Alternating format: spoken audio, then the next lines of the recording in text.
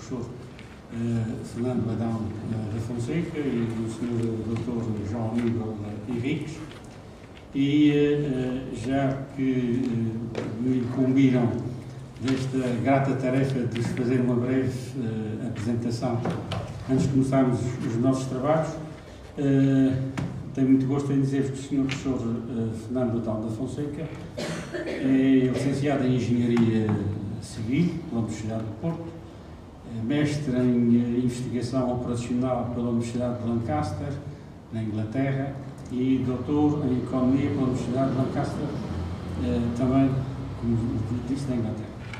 A sua vertente universitária, o Sr. Professor lecionou em Luanda, na Universidade Católica Portuguesa, na Universidade Nova de Lisboa, na Universidade de Rochester de Nova Iorque, e é professor e presidente do Conselho Científico do Instituto Superior de Gestão Bancária desde 1992.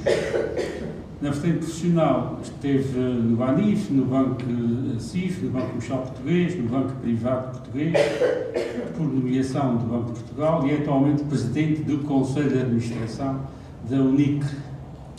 Na vertente de intervenção cívica, tem um largo espectro, tem desenvolvido diversas atividades de caráter cívico, com destaque para o Fórum Liberdade de Educação, o European Foundation Society and Education, de Madrid, o Instituto Português de Corporate Governance, o Center for Educational Research and Innovation, da OCDE, e a Associação Aprender a Empreender, Junior Achievement Portugal, a revista Nova Cidadania, a Fundação Cascais e o Conselho Nacional de Educação. Foi ainda secretário-geral da Fundação Millennium BCP. O nosso moderador, o Sr. Dr. João Aníbal Henriques, é historiador, é arqueólogo de formação, tem desenvolvido uma larga atividade como investigador na área do património histórico-cultural, da educação, do turismo, em paralelo com outras atividades empresariais na área do touring cultural e eventos de promoção turística em Portugal. Em termos cívicos, é secretário-geral da AULA, Academia de Letras e Artes, académico da Academia de Letras e Artes do Brasil, membro da Academia Europeana des Arts, colaborador da Fundação de Cascais e sócio da Sociedade de Propaganda de Cascais. Autor de diversos livros, artigos de imprensa sobre promoção turística de Portugal e sobre o papel do património histórico-cultural na abordagem turística do país. Salientam-se a história rural de Cascalense, o plano diretor municipal de Cascais, a montanha, o estudo e a paróquia de Santo António, uma intervenção psicopedagógica nas minas de Panasqueira, Assumir o Fim do Mundo, levantamento exaustivo do património cascalense, saúde de Cascais, comércio de turismo, turismo do Estoril e história da pedagogia.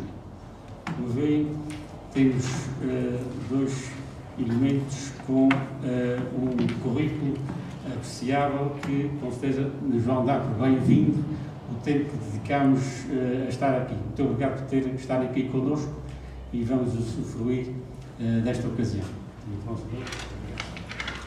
Muito obrigado, Sr. Doutor, muito obrigado, Sr. Presidente, muito obrigado, Sr. Professor, pela oportunidade que nos dão de estarmos aqui nesta ocasião tão especial e nesta cidade tão bonita, numa altura em que se comemoram os 40 anos de 25 de Abril, em que se comemoram os 40 anos de uma série de conquistas que mudaram Portugal em muitas áreas, que mudaram Portugal de uma forma brusca em alguns casos e profunda na maior parte dos casos, mas que deixaram por fazer, deixaram por cumprir um dos pressupostos básicos que foram sempre o sustento dos anseios dos portugueses, a educação.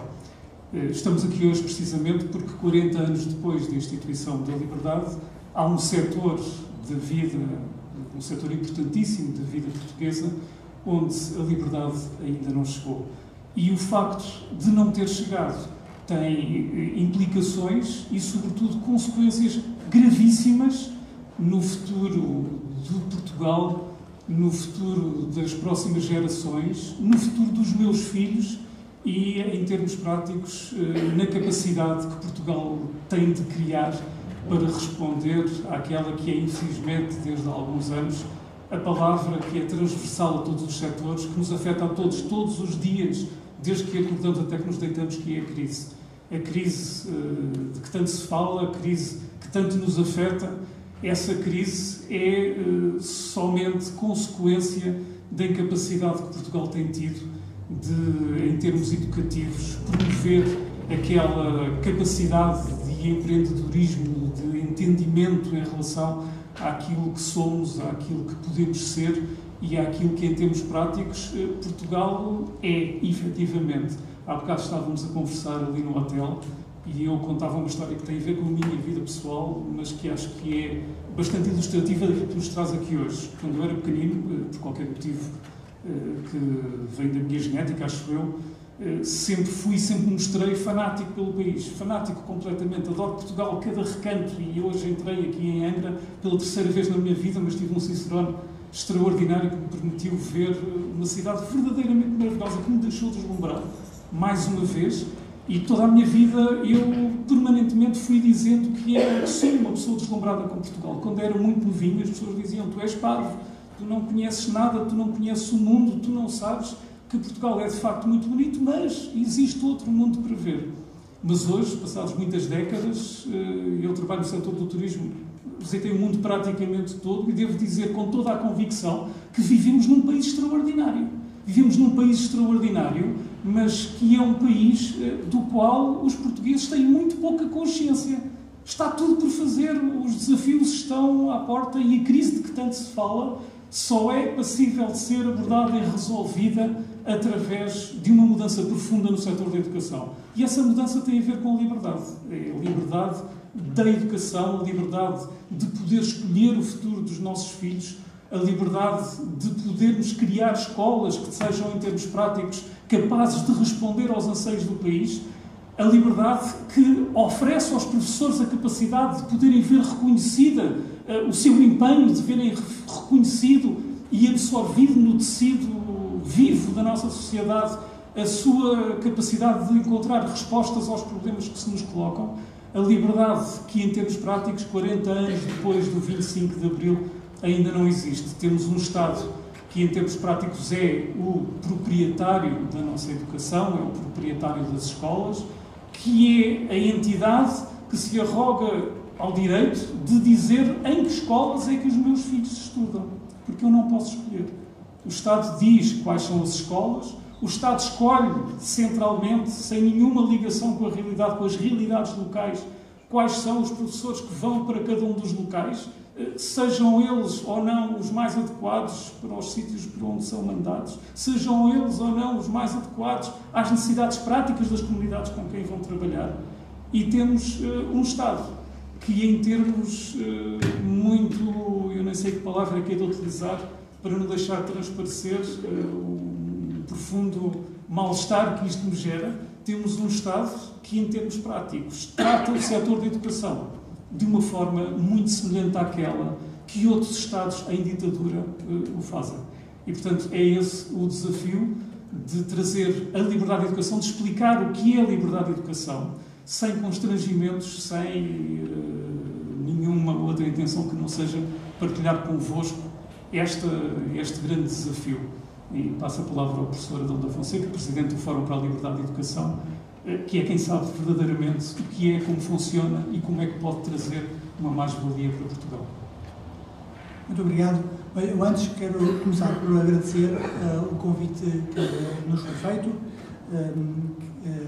Tenho de dizer que o professor Aldo Menezes, quando eu vim cá em 2003, foi a primeira vez que eu vim falar aos Açores sobre a liberdade de educação, no seguimento de um encontro que organizei a convite de uns amigos na Fundação Gulbenkian e que, surpreendentemente, tivemos 1000 pessoas a assistir e fui convidado a vir pelo Dr. Miguel Monjardim, que está aqui presente, e na altura tive o grato prazer de ser recebido pelo secretário regional e ter encontrado aqui nos Açores, de facto, uma capacidade, uma abertura, uma compreensão da importância da liberdade de educação, da forma como nós a entendemos. E isto foi o resultado de uma reflexão que temos vindo a fazer, temos aprendido muito falando com várias pessoas e sentimos que havia necessidade de explicar o que é a liberdade de educação vivida na prática e garantida a todos. Porque fala-se muito sobre a liberdade de educação, ou muito ou pouco, mas por vezes as pessoas que falam têm uma ideia preconcebida sobre o que é a liberdade de educação, ou definem-a de uma certa forma, e essa forma como a definem permite-lhes a eles dizer que estão contra, não estão de acordo. Portanto, uma das coisas, uma das dificuldades que temos sentido é a de explicar às pessoas que isso que uns entendem como liberdade de educação não é aquilo que deve ser a liberdade de educação. Designadamente porque o ponto crucial põe-se relativamente a uma criança ou a um jovem que vem de uma família sem capacidade económica, eventualmente também sem as necessárias capacidades culturais e sociais. Portanto, as provas dos 9 daquilo que era a nossa reflexão é como é que eu vou garantir à criança numa zona sem recursos, uma família sem recursos, que ela tem aquilo que todos nós desejamos para os nossos filhos e que foi aqui explicado pelo Dr. João Aníbal Henriques. E, portanto, de certa maneira, é com isso que eu iria começar a explicar um pouco o que é o entendimento da liberdade de educação que nós temos e que eu tenho vindo a verificar que quando a explicamos e as pessoas percebem o que é que estamos a falar, ainda hoje não encontrei ninguém que fosse contra. Há pessoas que acham que é impossível, que é muito difícil, porque os portugueses são isto, são aquele outro. Pronto, mas isso tem a ver com as dificuldades das pessoas, muitas vezes, em fazerem as coisas, porque naturalmente nunca fizeram. Eu tenho uma experiência contrária de que quando nós acreditamos numa coisa e essa coisa faz sentido, é só uma questão de pôr energia e que nós conseguimos fazer a mudança. Eu queria também agradecer ao Dr. Aurélio Franco da Fonseca, a sua presença aqui na mesa, ter sido, de certa maneira, a pessoa que, quando eu estive aqui em dezembro passado, me desafiou a vir cá de novo digamos, e ter ajudado na organização deste encontro, que, digamos, para nós é muito grato e, mais uma vez, quero agradecer particularmente ao Sr. Presidente da Câmara ceder-nos este espaço lindíssimo, não é, que esta terra tem e ter a paciência de nos ouvir, que é para nós, digamos, muito grato. A liberdade de educação, como tal, é uma coisa que hoje é assumida por todos. O problema está em percebê-la da forma que leva a que todas as declarações dos direitos das pessoas, até a nossa própria Constituição da República, define como sendo a liberdade de educação. E esse é que era o desafio que nós tínhamos aqui há uns anos, quando começámos a refletir sobre o problema, e depois começámos a olhar para o estrangeiro, tentar perceber o que é que noutros países estava a acontecer, porque a forma de organizar o sistema educativo que responde a este anseio da liberdade de educação, que vem também das necessidades das sociedades do século XXI, que são totalmente diferentes daquilo que eram as necessidades da época, digamos, industrial, não é? E, portanto, de certa maneira, o desafio que nós tínhamos era, se isso é o que está escrito nas grandes declarações dos direitos das pessoas, que está escrito na Constituição da República Portuguesa, que está escrito em tantos documentos que são aceitos pela generalidade do mundo civilizado, como é que isso se faz na prática?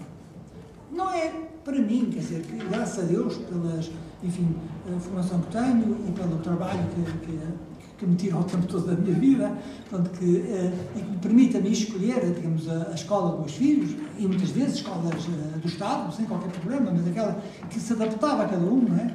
E a tua própria observação das necessidades deles, eu, enfim, sou uma exceção, tenho 6 filhos, com um leque muito alargado de idades, e vi as diferenças, designadamente, entre os que nasceram nos anos 70 e os que já nasceram nos anos 90, com uma diferença enorme em termos das suas necessidades e formas de encarar e também as necessidades das próprias escolas. Ora, a liberdade de educação é aquilo que a Declaração Universal dos Direitos do Homem diz, quando no seu artigo 26 diz que aos pais pertence a prioridade do direito de escolher o género de educação a dar aos filhos. Em certo sentido, tenho que vos dizer que isto não tem nada a ver verdadeiramente com as escolas do Estado ou privadas. Um ponto que nós no fórum procuramos explicar é de que a questão de ser uma escola gerida por privados ou pelo Estado ou uma entidade estadual não é o ponto mais importante. Isto tem vindo a amadurecer ao ponto da própria OCDE agora já falar em escolas públicas de gestão pública e escolas públicas de gestão privada. Aí há uma diferença na gestão. Mas verdadeiramente chamando a todas escolas públicas, a todas as que satisfazem certos requisitos que irei explicar mais à frente. Chamando a todas as escolas públicas. Um pouco como acontece com os transportes públicos. Os transportes públicos são aqueles que estão abertos a todos, de acordo com certas regras, temos que ver quais são, não é? E independentemente do proprietário do transporte público ser o privado, ou ser o município, ou ser o Estado Central, ou o que seja, não é?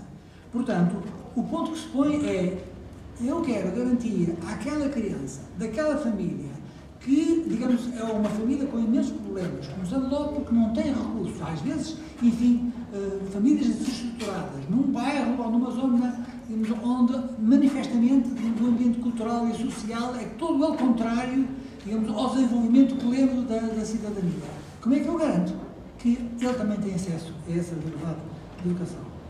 A própria Constituição da República Portuguesa diz que todas as interpretações que sejam feitas dos seus articulados, estamos a falar dos artigos da Constituição da República Portuguesa, têm que ser lidos à luz da Declaração Universal dos Direitos do Homem ou das Pessoas. Diz também a Carta dos Direitos Fundamentais da União Europeia que tem que ser respeitados o direito, entre várias coisas, o direito dos pais de assegurarem a educação e o ensino dos filhos de acordo com as suas convicções religiosas, filosóficas e pedagógicas. Ora, como é que eu vou garantir que todas as crianças têm direito a isso? Esse direito, simultaneamente, com o ensino de qualidade. E, portanto, qual é o papel que o Estado tem que ter, que tem obrigatoriamente que ter, para garantir que essa criança tem acesso a essa liberdade? A Constituição da República Portuguesa diz mesmo, não é, que o Estado tem uma função supletiva relativamente na educação. Em 76, o Estado, a Constituição, digamos, inicialmente, definia que as escolas que não fossem dele, as escolas privadas ou particulares e cooperativas, como se usa tantas vezes, tinham uma função supletiva. Mas a revisão que foi feita em 82 inverteu a situação, não o diz desta forma tão clara como dizia relativamente às escolas privadas e cooperativas, mas colocando no mesmo pé as escolas públicas, no sentido de serem dele, o Estado, o seu proprietário, e as escolas de que ele não é proprietário. Mas diz claramente no artigo 67 de que compete ao Estado cooperar com os pais na educação dos filhos. Isto é importante porque, apesar de tudo, ainda hoje nós vemos algumas pessoas de inclusive, enfim, com responsabilidades no mundo da cultura, universitária, etc., a nos defenderem coisas completamente contrárias àquilo que diz a Constituição da República Portuguesa. Estão no seu direito, obviamente, em termos de opinião, mas preocupa-nos o que é que isso significa de perda de liberdade. Uma das coisas que nós acabamos por verificar, e depois parece evidente, mas na altura não era evidente, é de que num espaço público só há liberdade quando todas as opiniões se possam expressar nesse espaço. O espaço público não é um espaço vazio de opiniões, como tantas vezes se quer. Porque é uma opinião, porque corresponde a uma visão de uma minoria, não tem espaço, não pode ter lugar no espaço público. É exatamente o contrário. No espaço público, todos têm que ter uma presença, mesmo as minorias, e inclusive compete ao Estado, de certa maneira, impulsionar de que no espaço público possam todas as opiniões serem manifestadas, desde o momento que satisfaçam às regras do convívio social e, inicialmente, às regras que estão definidas nas regras do jogo, que para nós são a Constituição da nossa República. Não é? Portanto, um espaço público, se é vazio de liberdade de expressão, não pode ser um espaço público. Nos espaços privados é que pode haver uma exclusão de visões ou de opiniões que não sejam aquelas defendidas por quem é o proprietário desse espaço privado. No espaço público é o contrário. Tem que ser todos, digamos, enfim, recebidos. Ora, o que nós, portanto, queria fazer aqui nesta diálogo e reflexão conjunta é explicar qual é o entendimento e qual é a resposta que nós encontramos que deve ser dada e em alguns aspectos mais concretos.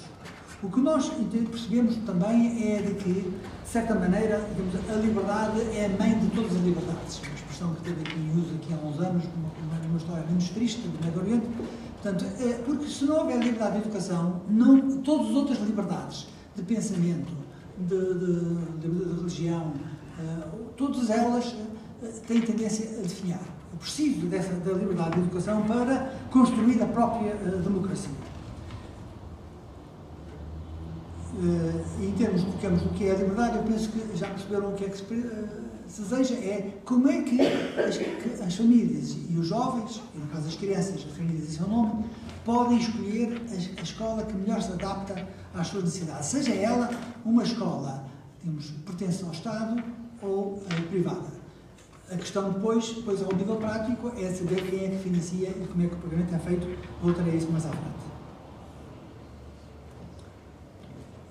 A segunda grande questão, para além de perceber o que é a liberdade, prende-se com um problema mais grave e, quanto a mim, desastroso para o futuro de Portugal. No local onde eu vivo, a minha vizinhança, onde estão portugueses, todos somos portugueses, existem dois tipos de cidadania. Existem aqueles que, por felicidade, trabalho, o que quer que seja, têm a capacidade de poder escolher a escola dos seus filhos, de poder escolher uma escola que está de acordo com aquilo que projetam para os seus filhos, de acordo com aquilo que são as características dos seus filhos, as necessidades das suas famílias e da sua comunidade, porque têm dinheiro para pagar. E há outros, ao lado, às vezes na mesma rua, no mesmo prédio, na mesma casa, que o não têm. Portanto, temos dois tipos de portugueses. E 40 anos depois da instituição da liberdade, eu acho que é completamente inadmissível que esta situação continue a existir. Principalmente porque, como o professor Adão da Fonseca explicou, o quadro legislativo nacional e não só contempla os princípios e determina que a liberdade é o pressuposto básico que deve, em termos práticos, dar forma à oferta educativa do nosso país.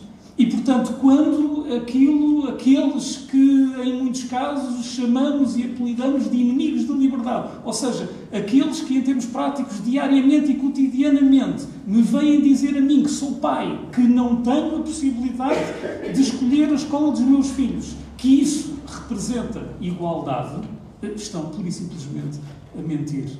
E estão a mentir aos portugueses de uma forma dramática, pondo em causa o futuro do nosso país. Estas mentiras assentam, sobretudo, num conjunto de preconceitos, num conjunto de ideias feitas, num conjunto muito prolixo de interesses que geram uma desinformação que vai alastrando, que se vai entranhando na sociedade portuguesa e que ela, sim, é responsável por termos estado 40 anos, e sabemos que ainda mais alguns vão existir até que isto se concretize, sem termos, de facto, liberdade de educação. E o primeiro preconceito é essa coisa do público e do privado.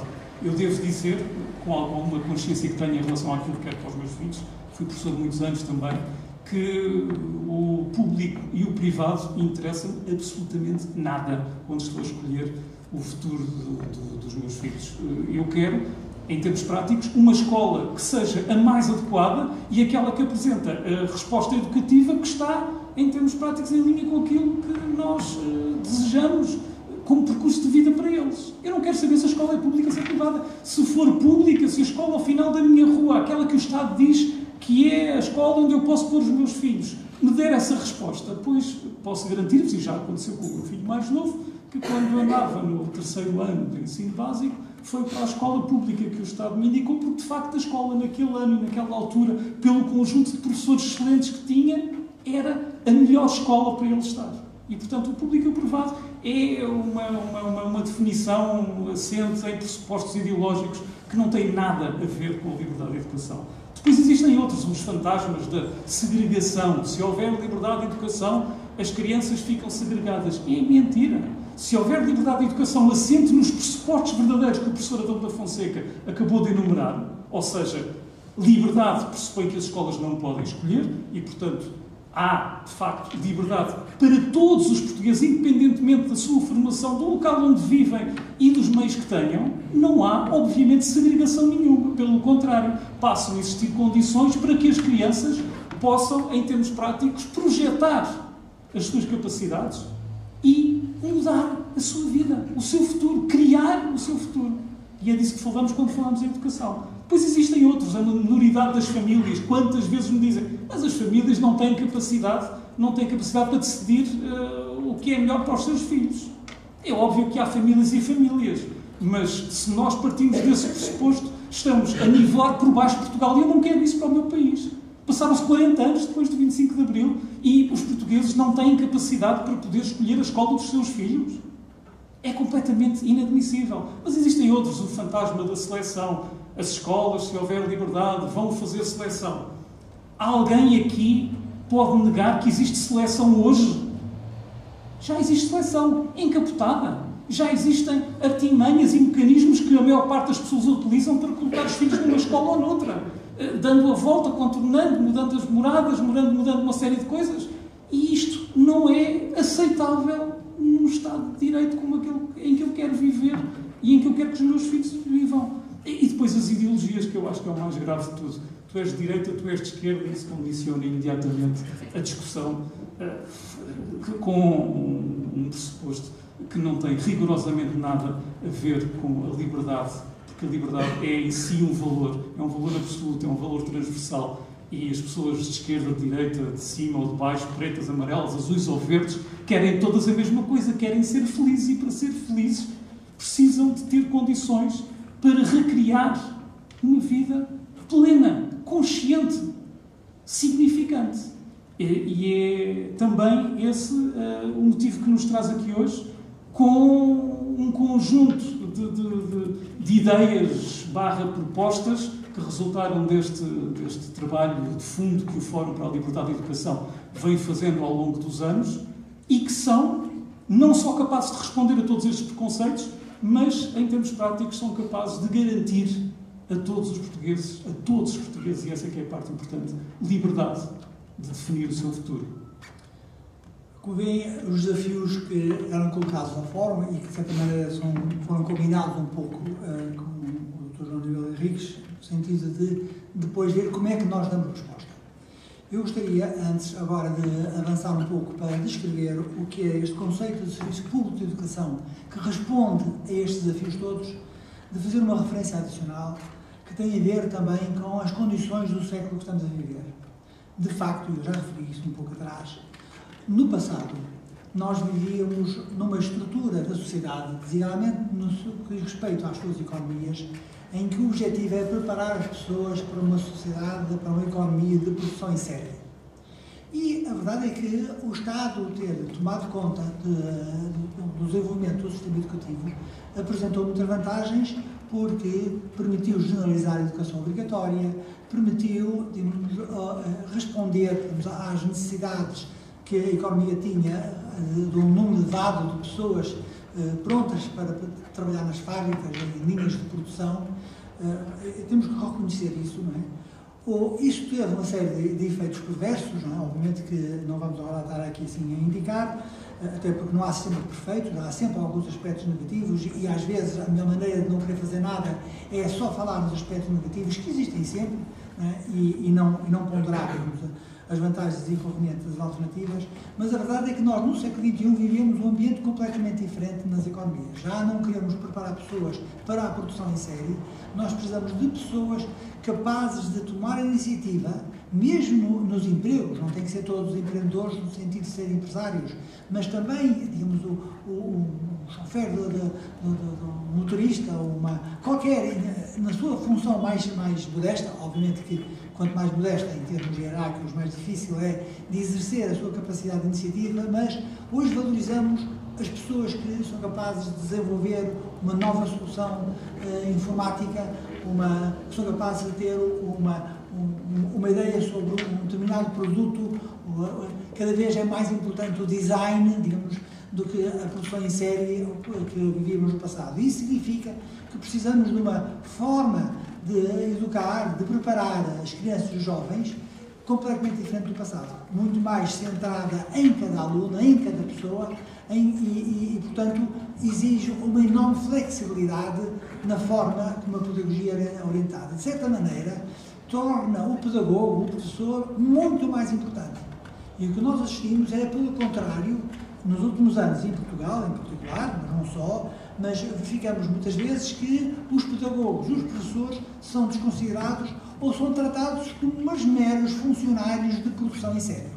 Portanto, quando nós não centrarmos o ensino muito mais no professor, E isso significa entregar-lhes a eles a responsabilidade e a liberdade de adaptar a educação. Obviamente que é necessário garantir certos níveis mínimos de qualidade, a certas metas. E essa imposição, a definição das metas, pertence, obviamente, única e simplesmente aos poderes públicos. E que depois têm que as verificar se elas são cumpridas. E quando não são cumpridas, o seu esforço deve ser todo orientado para ajudar esses pedagogos, ajudar essas escolas, tendo sempre em vista os alunos e as crianças em causa. Todavia, tanto porque digamos, o tempo corre e não vai ser possível tocar em tudo, o objetivo não é tanto digamos, estar aqui a defender uma ideia, embora de certa maneira é impossível não o fazer, mas é mais de pôr à vossa consideração uma reflexão para que pensem sobre o assunto, digamos, e aproveitando pelo menos, enfim, aquilo que foram a nossa reflexão ao longo do tempo. O ponto importante para nós foi logo este, era de evitar qualquer confronto ideológico que reduza, digamos, o problema à dicotomia entre ensino estatal, público e ensino privado. Isto no respeito aos alunos, não é essa a questão central, né? Embora possa ser, quando eu pretendo outros objetivos que não são a criação de cidadãos livres. Cidadãos livres têm que ser cidadãos capazes de exercer a sua liberdade, cidadãos em que a sua personalidade seja desenvolvida sem estar condicionada por alguém ou algum grupo que entende que a sociedade deve ser feita de uma certa forma e, portanto, eu vou ter que educar aquelas crianças, estes jovens, para criar um novo homem, uma nova sociedade. É um tema, digamos, que já vem, digamos, de séculos muito longos, não é? Mas que no século XX teve manifestações muito dolorosas na Europa, não é? Como sabem, mas que infelizmente ainda hoje, digamos, aparece com muita frequência.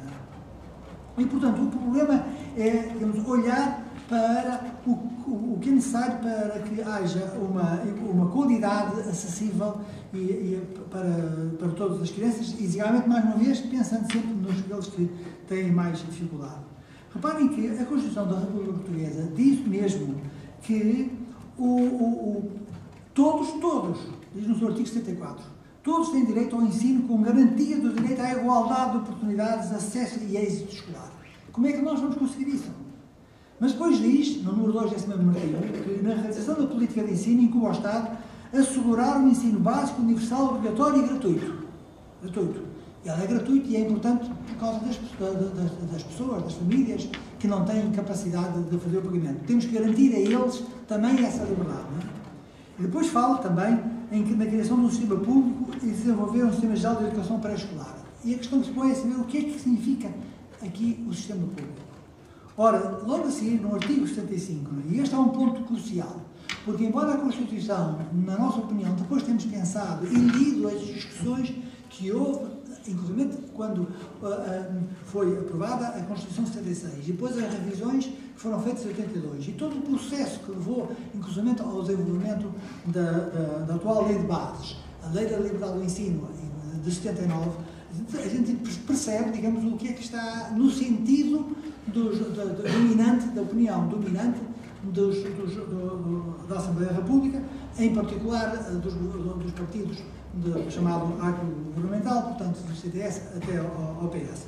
Todos eles, de certa maneira, digamos, partilhavam este sentimento, digamos, de que o Estado não pode fazer discriminação entre qualquer tipo de escolas, e aqui eu não gosto muito de fugir dessa realidade da escola privada e da escola do Estado, mas por vezes temos necessidade de falar nela, nem que não seja para dizer que esse não é um ponto importante, não é? Porque o que se passa é que o Estado, obviamente, não pode obrigar ninguém a ir, não pode, digamos, dizer às pessoas que a única solução que têm é de ir, por exemplo, para uma escola privada, se as pessoas não estão de acordo com a orientação que essa escola privada possa ter. A orientação, de qualquer maneira, tem que ser legítima, tem que estar de acordo com a Constituição da República Portuguesa. Mas o Estado não pode ter opinião nenhuma. Se aquela escola tem aquela orientação, e se ela está de acordo com a Constituição, com as normas civilizacionais que a todos nos unem, o Estado não pode ter opinião. Eu posso ter, um sindicato pode ter, toda a gente pode ter, mas não o Estado como Estado, não é? E, portanto, o Estado, o que diz é, eu vou ter que dar resposta com as escolas públicas, sempre públicas no sentido de serem minhas, sempre que, digamos, houver, digamos, esse desejo. Mas nunca lá diz de que depois posso obrigar as pessoas a dizer, eu como tive que criar aquela escola, não é? eu obrigatoriamente vou ter que enchê-la e obrigar as crianças a irem para lá. Este é um problema importante e que se resolve de uma forma muito simples, que é de que, desde o momento que as escolas sejam públicas, mesmo que a gestão privada, portanto, aí a necessidade depois de distinguirmos as escolas privadas que são públicas das que não são. Porque as escolas privadas que querem pertencer ao sistema público de educação têm que ter total abertura relativamente a todas as opiniões, a todas as visões. E se quiserem, o caso mais paradigmático é a questão da religião. Não é? Portanto, uma escola, mesmo uma escola muçulmana, desde que ela seja aberta a todas as outras opiniões, embora tenha uma proposta que apresente, digamos, às crianças e aos jovens, se apresentar essa proposta de acordo com as regras, tem que ser em total abertura, aceitando outras visões e, portanto, e não impondo, não é? O que exige do Estado, digamos, uma atitude proativa, essa escola pode pertencer ao sistema público, ao Serviço Público de Educação. Não é? Reparem que, inclusivamente, é curioso, porque no artigo 43 da liberdade de aprender a ensinar, da Constituição da República Portuguesa, em que no número 1 diz assim, a Constituição, é garantir a liberdade de aprender e ensinar. E essas coisas estão escritas e significam alguma coisa, os diálogos. Número 2 diz, o Estado não pode programar a educação e a cultura segundo quaisquer diretrizes filosóficas, estéticas, políticas, ideológicas ou religiosas. Quer dizer, o Estado não pode programar a educação de maneira nenhuma. Não pode. É o que está escrito na Constituição. O Estado tem que assegurar que, qualquer que seja essa orientação é compatível e obedece às regras que a todos, digamos, enfim, nos obrigam, que tem a ver com a Constituição da República Portuguesa, enquanto ela, pelo menos, vigorar nos termos em que está. O que significa, inclusive para nós, quando refletimos sobre isso e discutimos com várias pessoas, o que significa é que as escolas, mesmo as escolas primárias do primeiro ciclo, mas muito mais quando chegamos ao secundário, têm que ter um regime de autonomia igual às universidades. Uma pequena nuance só. O ensino obrigatório e há certas metas que têm que ser definidas que o Estado não se preocupa tanto ao nível universitário. Portanto, aqui assim há essa nuance que é importante. Mas, de resto, uma vez definidas as metas daquilo que, nas diferentes níveis de idade, as crianças vão ter que atingir, levando em consideração as situações especiais, que todos nós sabemos que existem, o Estado não tem sequer possibilidade de fazer mais nada. Não é? Portanto, a ideia que tanto há de que eu preciso de uma escola que leva as pessoas a perceber que fazem parte de uma comunidade, etc., e de que eu tenho que transmitir essa digamos, visão inclusiva da sociedade, o Estado não pode ter essa opinião. O que podem dizer é que, isso sim, é que uma escola pública, como um transporte público, tem que estar aberto a todos. E para ter aberto a todos, tem que respeitar todos. E não pode estar a impor nenhuma visão em particular. Não é? Pode ter uma escola, porque o professor tem mesmo, e isso depois ao nível dos professores. Os professores podem ter uma proposta, uma visão, mas têm que apresentar às crianças e aos jovens de uma forma aberta. Não é? Esse é um tema que depois voltarei mais à frente. Mas o tempo passa e não quero estar a demorar muito tempo, não é? Eu queria, digamos, dizer-vos o seguinte, é que a prova dos 9, como eu já disse atrás, de qualquer sistema de ensino, e eu agora vou expor um pouco o que é que deve ser o sistema público de ensino, quais são as exigências que se lhe podem impor. Não é às escolas privadas que não querem fazer parte do Serviço Público de Educação. Estou a falar às escolas, sejam elas do Estado ou sejam privadas, é indiferente, mas que querem pertencer ao Serviço Público de Educação. E vamos pegar, portanto, numa criança, vamos chamar João, não é? Que não tem, pertence a uma família sem recursos económicos, portanto, para escolher, digamos, o Estado, a sociedade, através dos impostos, vai ter que pagar os custos da sua educação, não é? E eventualmente até, digamos, de uma família com pouca capacidade cultural e, portanto, mal informada, etc. Ora, a questão que nós já vimos é que os pais de João têm de ter liberdade de escolha da escola, sob pena das normas universais, europeias e da Constituição Portuguesa serem violadas, como já vimos. Ora, para que o João e a sua família tenham escolha, têm de existir alternativas. Eu não posso escolher se não tenho alternativas, para que a escolha possa ser feita. Por isso, o exercício efetivo da liberdade de escolha exige a total liberdade da criação de novas escolas, que obviamente concorrerão entre si. Esse é um ponto que nós verificamos, é que temos que aceitar a concorrência das escolas. Estamos a falar de uma concorrência que obviamente tem que ser regulada. Não estamos a falar de produção de planetas, não é? Estamos a falar de pessoas. Portanto, o papel do Estado aí é um papel importantíssimo. Curiosamente, nós acabamos por chegar à conclusão de que precisamos de um Estado forte. Mas um forte é exercer certas funções. A primeira das quais é ser juiz. No futebol, se não for jogado com um árbitro que seja consciente e forte, o jogo não pode ser jogado como deve ser.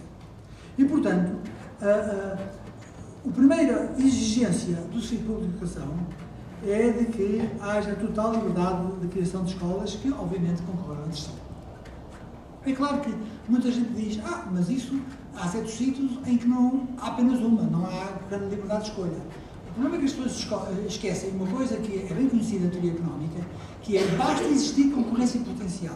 Isto é, basta que eventualmente possa ser criada uma escola que concorra com essa. Isso tem um efeito enorme. Aliás, não é só na educação, em qualquer outra coisa, né? Uma loja, um pequeno supermercado que está sozinho numa determinada zona, o simples facto de, se não se satisfizer os clientes, poder aparecer outra, né? Isso é um fator, digamos, de incentivador de qualidade. Obviamente que não é de uma para outra que se constrói uma escola, essas coisas têm a sua demora, mas, enfim, como digo, nós também não vivemos num mundo perfeito, portanto temos que aceitar algumas limitações. Acontece que, para que a escolha do João e da sua família tenha sentido, é preciso que as escolas possam responder ao que os seus pais e professores considerarem ser melhor para o João.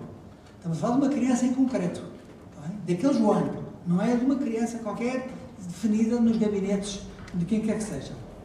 E, portanto, para isso, perante aquela criança concreta, as escolas terão de usufruir de uma clara e definitiva flexibilidade e autonomia curricular, pedagógica, administrativa e financeira, incluindo na seleção do corpo docente, que são, digamos, a verdadeira força do ensino. Está nos professores, está nos pedagogos, não é? Mas, obviamente, com o correspondente à responsabilização de todos os intervenientes no processo educativo, implicando o fecho da escola se não tiver suficientes alunos que a escolham ou se não satisfizer as exigências da qualidade das tais metas que o Estado compete assegurar e ajudar a serem cumpridas, mas se apesar disso elas não forem cumpridas, simplesmente fechando. Se a escola é privada ou estatal, para as crianças em causa, isso não é relevante. Porque o que é importante são as crianças e os jovens que lá estão. E esta é a segunda exigência do Serviço Público de Educação. Mas, para que a escola possa ser escolhida pelo João e pela sua família, e essa escolha seja possível, é preciso que as escolas que prestam o Serviço Público de Educação não possam cobrar quaisquer propinas, para além do financiamento que é garantido pela sociedade, através do Estado. Quer dizer, a terceira exigência do Serviço Público é de que as escolas não podem cobrar propinas. É apenas o financiamento que vem do Estado. O que quer dizer que as escolas, e agora aqui em particular privadas, que querem fazer parte do Serviço Público de Educação, não podem cobrar propinas. E, portanto, não é qualquer escola que pode pertencer. Há lugar para as escolas privadas que querem cobrar o que querem, obviamente, mas não fazem parte do Serviço Público de Educação. Porquê? Porque ela não está acessível a quem não tem recursos. Porque o Estado diz, para as pessoas atingirem o 4º ano, só estou disponível, a sociedade no seu conjunto, a pagar um tanto. Se a escola pede mais, eu não estou disponível, a sociedade não está disponível e, portanto, essa criança não pode ir e, portanto, essa escola não está, é como o autocarro, não está aberto à entrada daquela pessoa, portanto, não faz parte dos transportes públicos, das escolas públicas. Mas os João têm garantia de entrada em qualquer escola? É condição evidente que as escolas que prestam a sua educação não podem selecionar os alunos. Isso é um ponto fortíssimo. Não podem selecionar os alunos. Neste momento, a seleção é feita das maneiras mais diversas, como já foi aqui indicada. Mas começa logo através do zonamento. Quer dizer, as crianças de uma certa zona têm que ir para aquela escola. Isto tem vindo a ser atenuado nos últimos anos. Começa a haver alguma liberdade, em particular porque começa a haver falta de crianças e começa a haver espaço nas escolas. Não é? Agora, o ponto fundamental é de que nenhuma criança, nenhuma família deve ser obrigada para ir para aquela escola, está a ver? Só porque está na sua zona. Ou porque há espaço naquela escola. Se houver espaço noutras escolas, mesmo que estejam um pouco mais longe, com um limite, obviamente, não é? Ela deve ter esse direito de poder ir. Não é? O que pode significar que aquela escola, naquela zona, fica sem alunos. Ou tem alunos porque em número demasiado pequeno e tenha que fechar. Se não há alunos, porque o aluno é que é importante. Não são as pessoas que lá trabalham que também são importantes, obviamente, sem esquecer isso. Não é? Agora, todavia, esses são os argumentos que dizem, mas nenhuma escola tem vagas ilimitadas. O que acontece se houver muita gente? Isso é uma das coisas que nós ficamos até olhando para experiências no estrangeiro, que nem todos os países cumprem isto. É que quando houver alunos a mais, quando a procura for superior à oferta, tem que haver sorteio. Não pode haver solução. Se alguém tiver a melhor sugestão, nós comparando e vendo o que se passa em vários países do mundo, que nem todos, digamos, seguem o mesmo sistema, não é? Há países em que é o primeiro a chegar, porque há países em que, digamos, não se comportam tanto como nós, está bem? E, portanto, digamos, nunca há um primeiro a chegar. Mas nos países em que há um pouco mais essa tendência, o que fazem é através, digamos, do sorteio. Isto existe, está a ver, para que o sorteio seja sério, para que não haja pessoas a furar o sistema com um Estado muito forte, não é? Agora, é necessário que o João não fique sem acesso à escola. Porque pode acontecer, a certa altura, haver um conjunto de escolas de maneira tão cheias que depois, na sua vizinhança, quer dizer, só há lugar para aquela escola, para aquela criança, vamos pôr a 50 ou 60 km. Não será bem aqui o caso da terceira, mas em termos de tempo, se transformamos isto em tempo, não é? Bom, o que acontece é que as escolas que pertencem ao Serviço Público de Educação são obrigadas a solidariamente a garantir o acesso a todas as crianças. Como, obviamente que aí tem que se usar um pouco de senso, mas tem que ser através da partilha, de eventualmente algumas terem mais, ou inclusivamente de, digamos, não deixar que crianças que vêm mais longe possam ter acesso ali, porque eu não vou pôr, dar lugar a uma criança que vem de 50 km, quando isso, digamos, esse lugar é o último que restava àquela pessoa que vive a 500 metros, não é? Portanto, não. E mais uma vez precisamos de um Estado forte para assegurar esta exigência. Agora, acontece que o João e a sua família, que é o exemplo que eu estou a dar, para pôr à prova as ideias e para os desafiar a refletirem sobre isso, não é? Para saírem com respostas definitivas, têm imensas carências culturais e eventualmente trabalham de sol a sol, ou são preguiçosos, ou têm outros problemas de ordem pessoal, e precisam ter informação e ajuda. É necessário que seja produzida informação idónea, para ser exaustiva sobre as escolas, sobre quais são, digamos, os seus pontos fortes em termos de pedagogia, se ali é uma escola onde há uma maior, digamos, capacidade no domínio das artes, ou do teatro, ou em matérias mais académicas. Tudo isso tem que ser acessível, mas é absolutamente essencial que haja, ao nível local, que pode ser ao nível do município ou não, isso é uma questão depois mais prática que pode ser discutida, não é? Que haja, digamos, uma entidade que possa informar e ajudar as pessoas na escola. Isto, aliás, a primeira vez que nós vimos isto era uma ideia do governo trabalhista britânico, na pessoa do Ministro da Educação, do Tony Blair, que a inglesa usava uma expressão que em Portugal tem uma conotação menos positiva, que era haver um comissário de educação local. Quer dizer, em inglês a palavra comissário tem um significado muito diferente daquilo que nós damos vulgarmente em Portugal. Cuja obrigação era garantir que existia a informação de uma forma organizada e ajudar as famílias na escolha da escola. Que realmente, digamos, não há nenhuma escola que seja melhor de todas em tudo. Depende também das crianças e dos alunos. Não é? Portanto, esta é uma sétima exigência. A oitava exigência, e a última, para não passar mais, é um Estado forte. Um Estado que defina os aspectos fundamentais da competência curricular, das metas, que avalie o cumprimento das metas e que ajude as escolas e os professores quando têm dificuldades.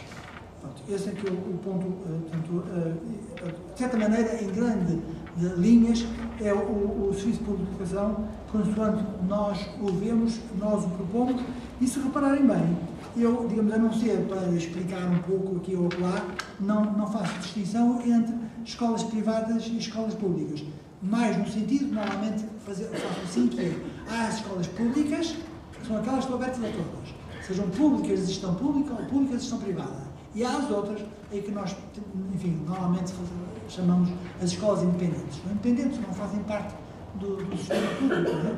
E, portanto, têm liberdade de cobrar as propinas que querem, de escolher os alunos e, eventualmente, de ter uma proposta, digamos, um pouco menos aberta sobre alguns valores que sejam constitucionalmente bem aceites, mas que, obviamente, são apenas mais punitivos. Para isso, digamos, nós, enfim, para percebermos isto, que aqui resumido de uma forma um pouco rápida, olhamos muito para experiências fora de Portugal. Bem, e o grande paradoxo que eu encontrei ao longo destes últimos 11 anos, acho que já são 11 anos em que eu sistematicamente estudo e analiso a questão da liberdade de educação, é que eu faço parte de 2 associações de pais e de várias organizações ligadas à educação, e são muito raros os casos em que, quando se discute e quando se explica o que é isto da liberdade de educação, as pessoas não digam, faz todo sentido.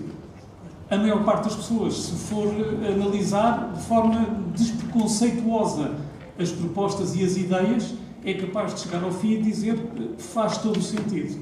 E, portanto, 40 anos depois da instituição da liberdade em Portugal, o paradoxo reside numa questão que eu levantei, acho que das primeiras vezes, depois de conhecer a professora Adão da Fonseca, portanto já há muitos anos, que foi perguntar-lhe, mas porquê é que isto não se concretiza em Portugal? Já houve outros países que tenham feito coisas iguais?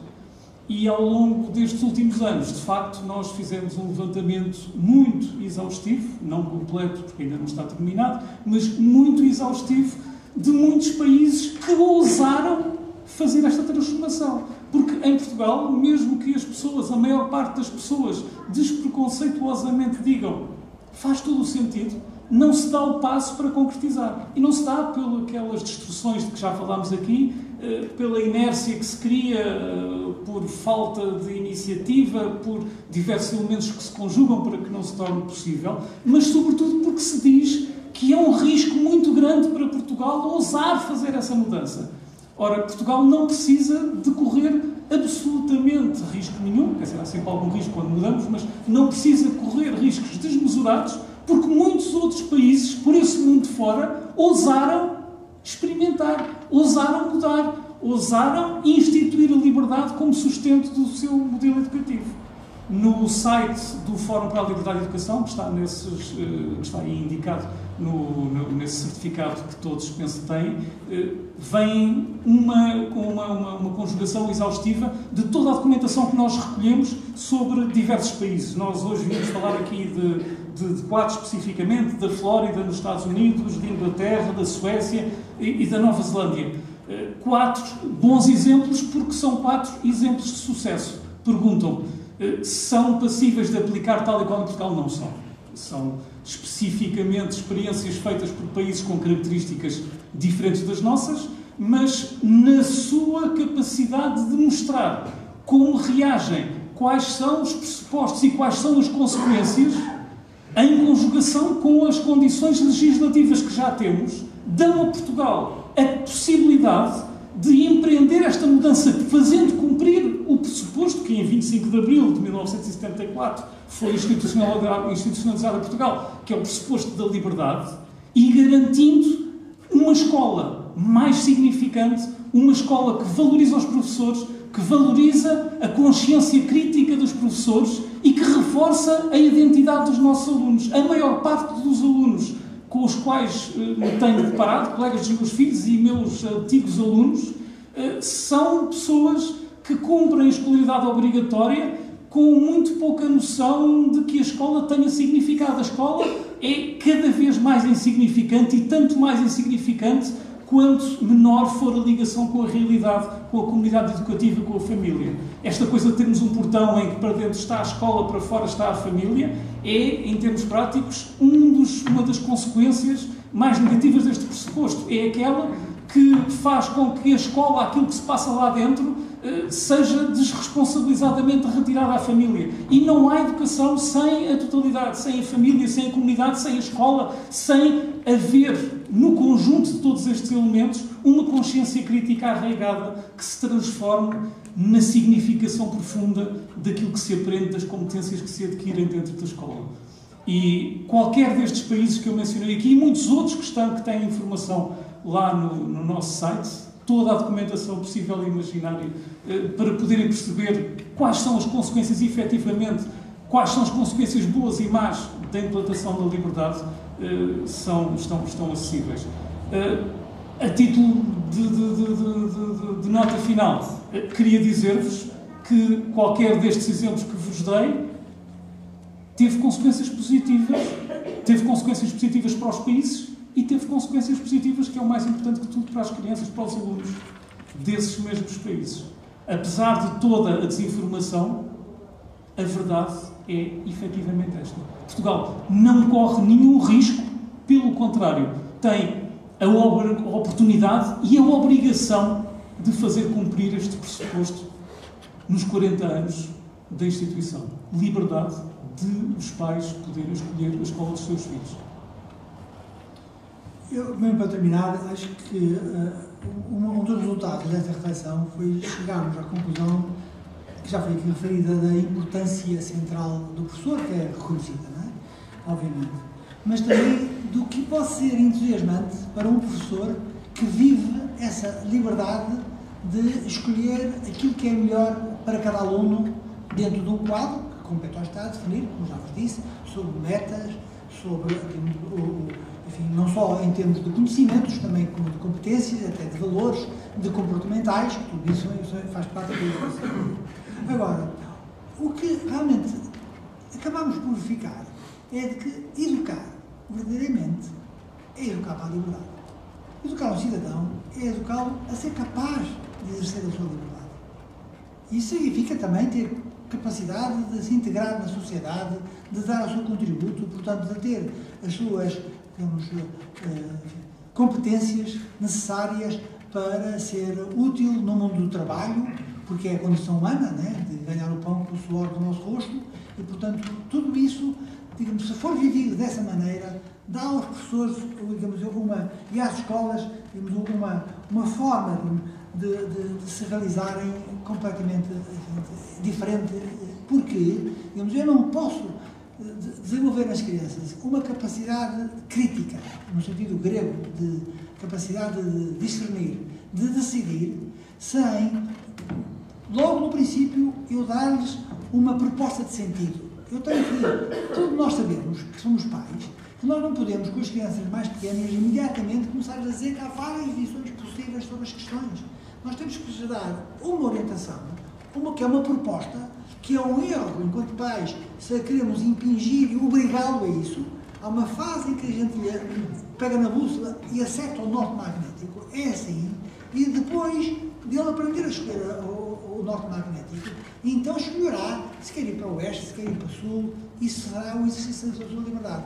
Até a exigência para os pais, para os professores de hoje, é muito maior do que era antigamente, porque as sociedades, de certa maneira, já condicionavam muito mais o comportamento das pessoas. E isso só é possível em liberdade. Eu não consigo transmitir às pessoas um sentido de liberdade, de responsabilidade, se elas, na sua própria escola que frequentam, não têm uma vivência da liberdade e da responsabilidade. Que significa, nos próprios professores, viverem essa liberdade e serem responsabilizados pelo exercício da liberdade, e não independentemente de serem dedicados ou não, de se faltarem ou não faltarem, não é? Enfim, tudo aquilo que nós sabemos da variabilidade que existe é tudo idêntico, todos são tratados de uma forma idêntica, isso, digamos, e que leva as escolas muitas vezes a serem um ambiente extraordinário onde as pessoas aprendem a protestar, e de facto, digamos, as pessoas aprendem imenso a protestar, não é? Mas porque é um exemplo que vivem do dia a dia, não é? Portanto, eu não posso, digamos, criar uma sociedade de cidadãos que têm que ser cidadãos críticos, com capacidade crítica e capacidade de discernirem em liberdade, se elas não aprenderem a viver em liberdade. Isto é o tipo de reflexão que nós queríamos trazer-vos. Foi um bocadinho mais longo, estou um bocadinho preocupado com as horas, mas, enfim, não sei se o Presidente aqui da mesa entender, estamos disponíveis a tentar esclarecer alguma questão que possa haver, embora, como digo, hoje não é necessário fecharmos um tema, não é? mais suscitar temas. Eu já gostaria de agradecer ao Sr. Professor Adão da Fonseca e ao Sr. João Aníbal Henriques o que nos trouxeram aqui, os esclarecimentos que prestaram, e teria o maior gosto de abrir a mesa aos presentes da possibilidade de diálogo. Já agora, a hora já ir adiantada, se alguém quiser fazer alguma pergunta, faça a disponibilidade de ambos, não tenham problema em perguntar. O mais difícil é a primeira pergunta, põe só uma questão. Portugal investe muito dinheiro na educação. Nós estamos um pouco abaixo do nível da média da OCDE, mas todos sabem que investimos muito dinheiro. Infelizmente não vemos os resultados que esperávamos. Continuamos a ter uma taxa de insuficiência e de abandono escolar precoce que está muito melhor do que há alguns anos atrás, mas que ainda é preocupante. O Dr. João Aníbal Henriques falou aqui em exemplos de países que nos mostram resultados muito satisfatórios. Estava a lembrar da Polónia, além da Nova Zelândia, que investindo menos tem resultados bastante melhores. A questão que eu punho ao Sr. Adão da Fonseca era esta mudança de paradigma não força a que se tenha que investir ainda mais, custe mais caro. Tem, de facto, talvez é que se fazer um investimento diferente, estabelecer metas de uma forma mais clara e controlar melhor talvez a sua aplicação. Bom, nós estamos a viver em Portugal um período em que, quaisquer sejam as opiniões sobre o que devia ter sido feito, não foi feito, o que é que seja, a verdade é que estamos numa situação de enormes carências de recursos para que nos permitam aumentar as despesas. O que significa que, obviamente, por exemplo, é muito fácil dar este passo, de criar, digamos, um sistema público, um serviço público de educação. Mas nele, neste momento, só podem estar incluídas, do modo geral, podem haver exceções, não é? Mas as escolas que pertencem ao Estado, porque já custam ao Estado, não é? E as escolas que têm contratos de associação, que também já são pagas pelo Estado. Agora, a ideia de criar um contrato de associação que, eventualmente, deverá ter até uma nova designação, na minha opinião, deve ser um contrato de serviço público de educação, que é idêntico para as escolas privadas que já estão com esse contrato, teriam um contrato diferente. E também para as escolas do Estado é perfeitamente possível. Regras iguais para todos.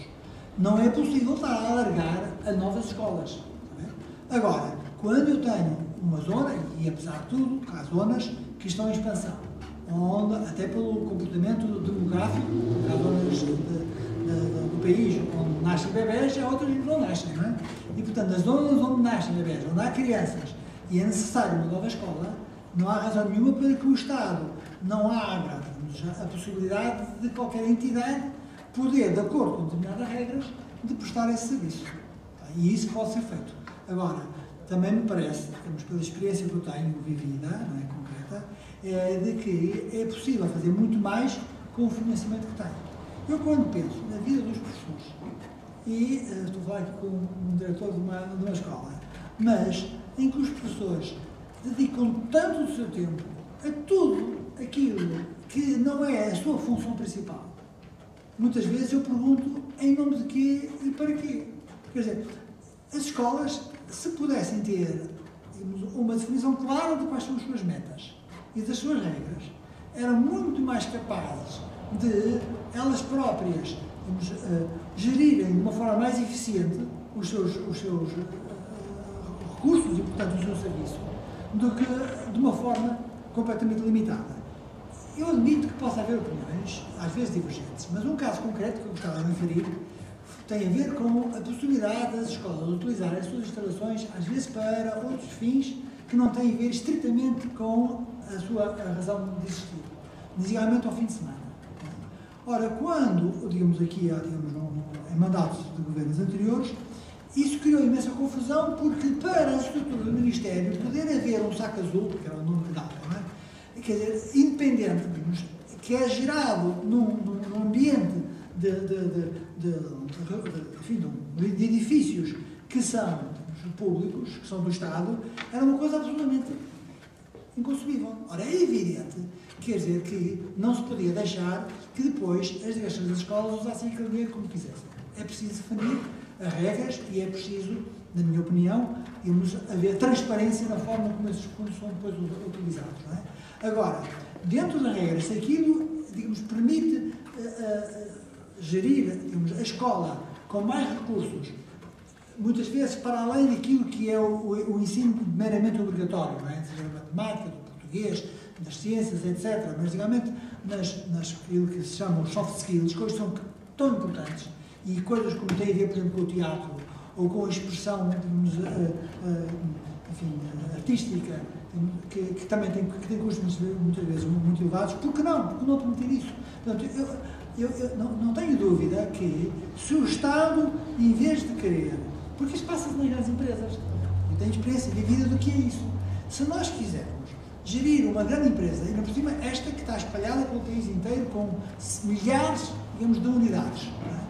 E ainda por cima, quando trabalham professores, e o professor são sempre difíceis de gerir, não é?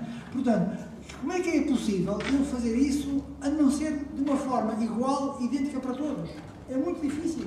É por isso que, por exemplo, neste momento, dar liberdade curricular às escolas é tão difícil. Porque isso significa dar liberdade de contratação dos professores. E como isso, digamos, entra, digamos, num esquema muito complicado para a forma como o Estado vê, digamos, o sistema educativo, isso não é possível. E estamos aqui, em última análise, a sacrificar aquela experiência daqueles jovens, digamos, num mundo que é completamente diferente. Quer dizer, em que eu não posso, digamos, em Aveiro, onde tenho uma universidade com determinadas características, querer, digamos, que as escolas se organizem exatamente da mesma maneira que se organizam em Bragança, ou que se organizam aqui assim na Terceira. Ora, o que acontece é que a minha experiência de contactos anteriores aqui, e, digamos, e não posso deixar de referir o contacto que tive com o professor quando estive cá em 2003, enquanto na altura secretário regional de Educação, e perceber, quer dizer, que os Açores são uma terra particularmente, digamos, onde é fácil perceber a importância dessa autonomia e dessa responsabilização. Portanto, autonomia e não delegação de poderes que nós assistimos tantas vezes. Não sei se respondi, foi um bocadinho comprido, mas... Muito obrigado. Se quiserem colocar mais alguma questão. Parece que podemos dar por encerrados os trabalhos. Agradecendo uma vez mais ao Sr. Presidente da Câmara a atenção em ter disponibilizado estas magníficas instalações e a vossa presença neste fim de tarde. Continuação de um bom dia e até uma próxima oportunidade. Muito obrigado por terem vindo. Obrigado.